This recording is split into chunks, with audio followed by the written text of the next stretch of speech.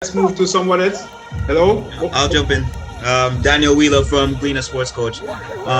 Two questions. Just first, I think it was answered a little bit, but considering that Richard King is out injured and the addition of Jordan Scarlett, does that change how you want to start the game defensively, as opposed to the in-game changes where Damon Lowe went onto the right to stop that attack from Suriname, and Kevin Lambert will move to a more defensive role to kind of shore up that. So that's the first question I wanted to find out. All right. Like I say, there's different permutations of how we could do things. I think what's important is the people that come in can come in and do a job, and we trust them to do that job.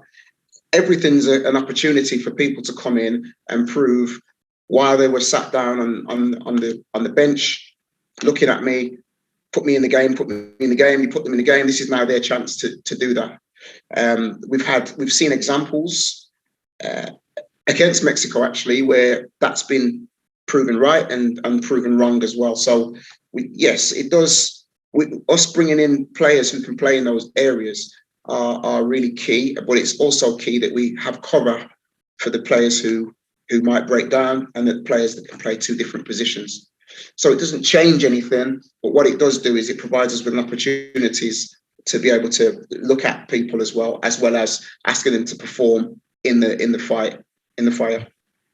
And then second question to that, you mentioned how important it is to keep 11 players on the pitch. How important it is, how much of the instruction is to make sure that for the players to keep their heads cool, knowing the potential that these kind of clashes bring, antagonizing players and everything, and how important it is for us to get a first win against Mexico on home soil in 10 plus years. Yeah.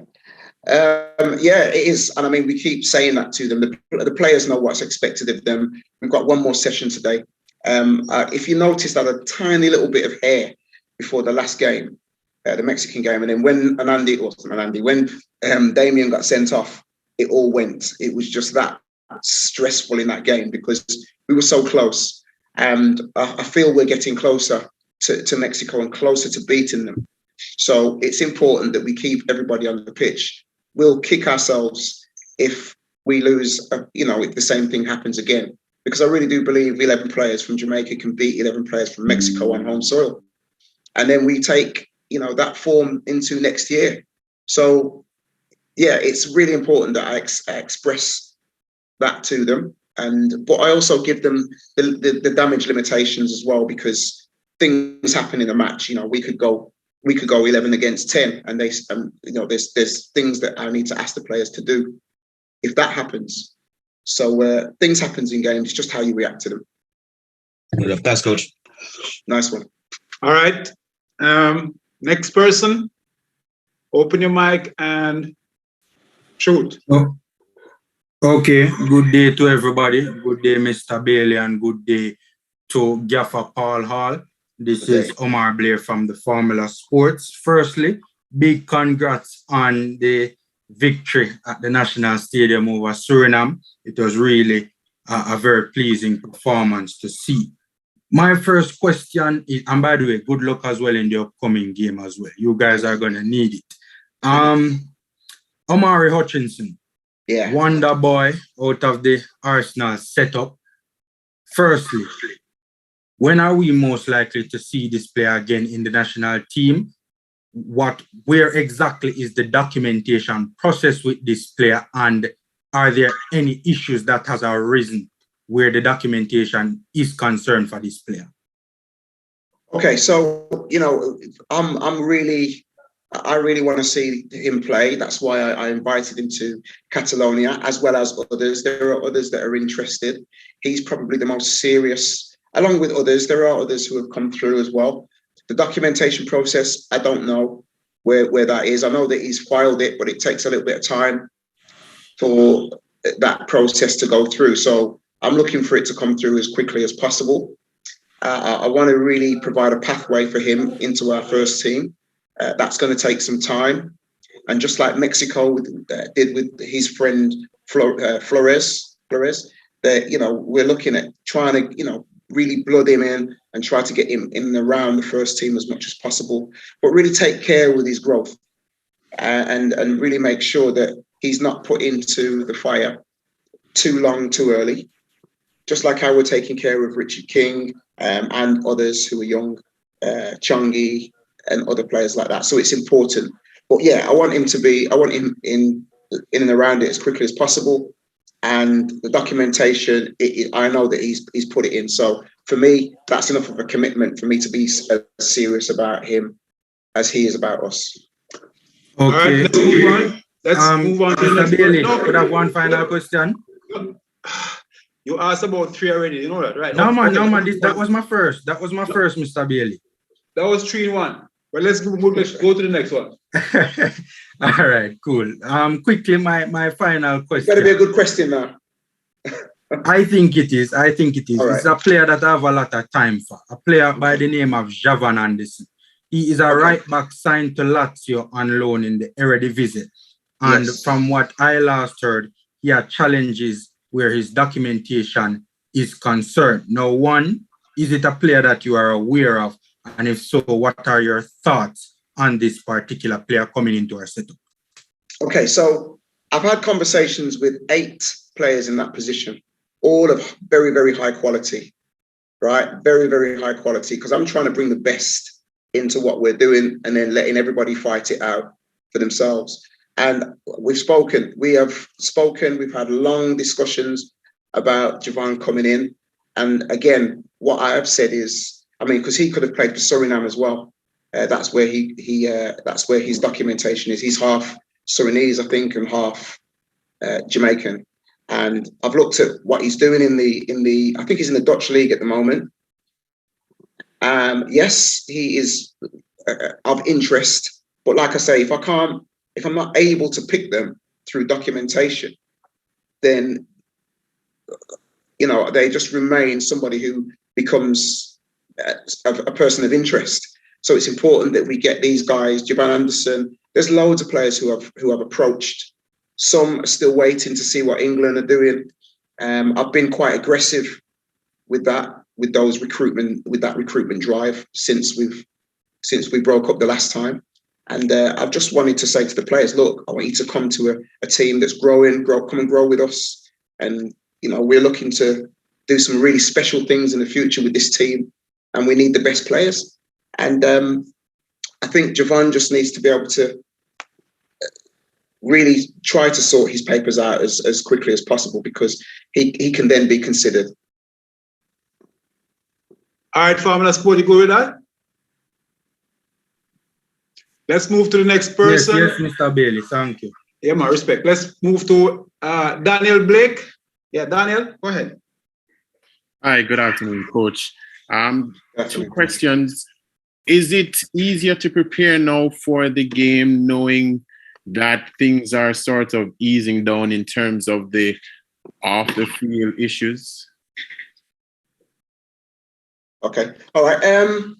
Yes, it is. The soul is calm. The soul is calm. I think it's important that off the field you're looking forward to the game. I think the players, what I've said to the players is, look, we want peace. We want to be able to have an open mind when we go into the game and a peaceful mind when we go into the game. And it's then important for them to put on a performance. They did last week, and I'm expecting them to do this week as well. I actually want Mexico to look, and all the teams to look and fear us. That's a dream of mine. So yeah, it is a very good feeling, but you've got to back that up with a performance. Otherwise, sometimes you can play well when there's chaos going on. So, I'd like it to be calm, 100%. And finally, last week you spoke about your commitment to the program, and a lot of the fans seem to be on your side. We saw that in the National Stadium. How good does it feel to know that the fans are supporting you, and what would you say heading into the Mexico game to the fans in such an important game? Yeah, again, it was fantastic. They are really, truly the 12th man, as we say, or the 12th person in the stadium, and the players reacted to that.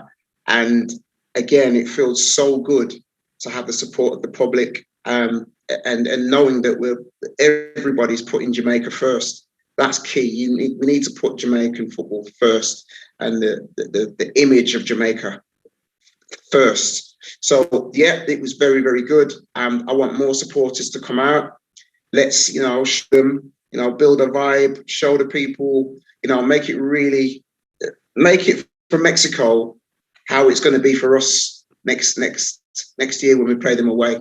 So really it's really time to make them feel uncomfortable with our support.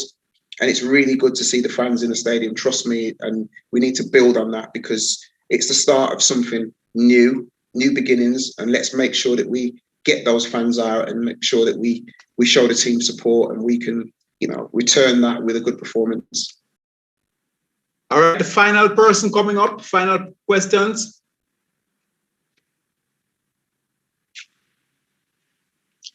Well, it looks like everybody's happy up to this point. Just a quick one.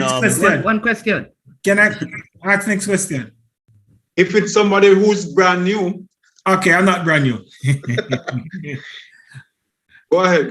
Final question. Right. Final question. Okay, Mr. All. Tiga again from Sports Down the Middle. What are the areas on the field do you think the Jamaicans need to straighten to face Mexico? Well, we need to improve in wide areas. I think we need to improve in our ruthlessness in front of goal.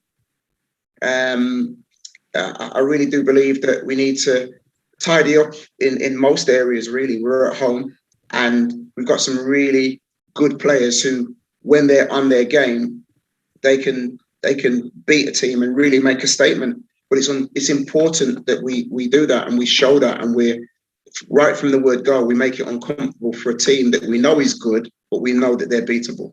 So that's what I'm saying. We need to improve in all areas. Nobody plays the perfect game, and if we could really improve in wide, centre back, midfield, up front, it's important that we raise our performance. Like I said, if I would take an 11% increase in the team's performance tomorrow, and if every player gave me 1% increase, we would get that.